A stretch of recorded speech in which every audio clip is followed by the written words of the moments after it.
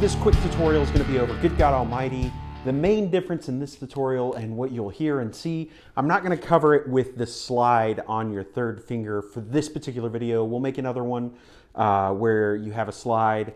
They're not that expensive. You can go buy them. You can get them on Amazon. It makes a really cool effect. I'm going to talk about all the technique that you would need to do for this song without that slide.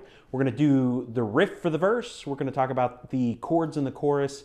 And pretty much that's it. You have the opening riff that carries across into the verses, and then you have the chorus, and then you're ready to jam with Crowder and on Good God Almighty and your personal band. So I hope this helps you out with thinking through a couple different techniques. All right. Looking at the introduction, you have an introduction riff. That introduction riff starts on the D string, 2nd fret, and E.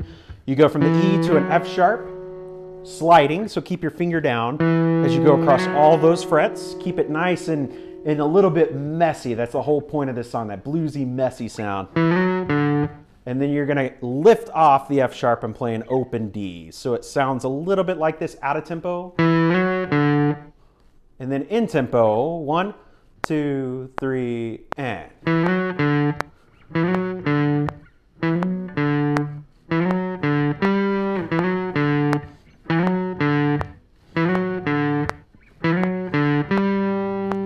And you'll just repeat that over and over and over again.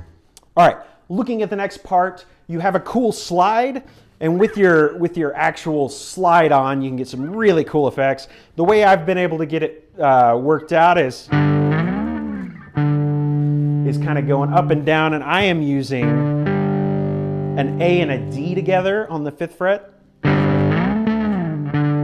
So you kind of get that cool slide up and down effect, just keeping your fingers down on the fret. And I think you can even hit it when you come down, so it goes down. Looking at that one more time, slide. All right, jumping into the chorus. Once you've got that effect figured out, you're gonna come over and you're playing an open D on the acoustic guitar. So on the electric guitar, what will complement that is making that D go up the neck just a little bit to give you a couple extra timbres to play with. So you've got D, and then when you're on the next set of chords, we're just gonna stay there, hang out, and then go back to the D. We can get a little bit of a differentiation in tone and add just a little bit of shimmer on top of the sound by playing a D, F sharp, D. And what that is you're barring your first finger on the 7th fret, D, F sharp, and then your pinky's gonna play a D up here on the 10th fret, and it'll sound a little bit like this. And then when you go to your next chord, you're gonna add that G in, keeping your Ds. Kind of gives it that power chord effect. And then you're gonna go back open. Let's riff that together just a little bit. Here we go, ready? 1, 2, chorus section, and 1, 2, 3, 4, 1, 2, 3, 4, 1, 2, 3, 4, 1, 2, 3, 4. Very good.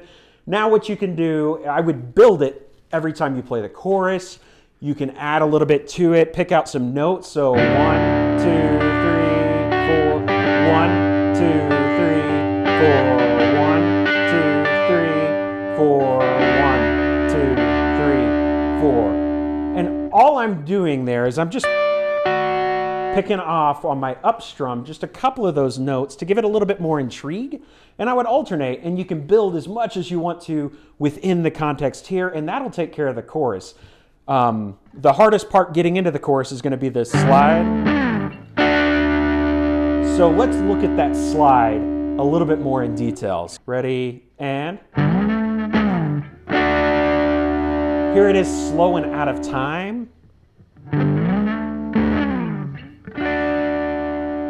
Let's go a little bit quicker. 1, 2, a little quicker now. All right, now let's go up to tempo. Here it is. 1, 2, tempo, and. Very good. Then you'll just keep strumming. And again, you're just adding a little shimmer on top.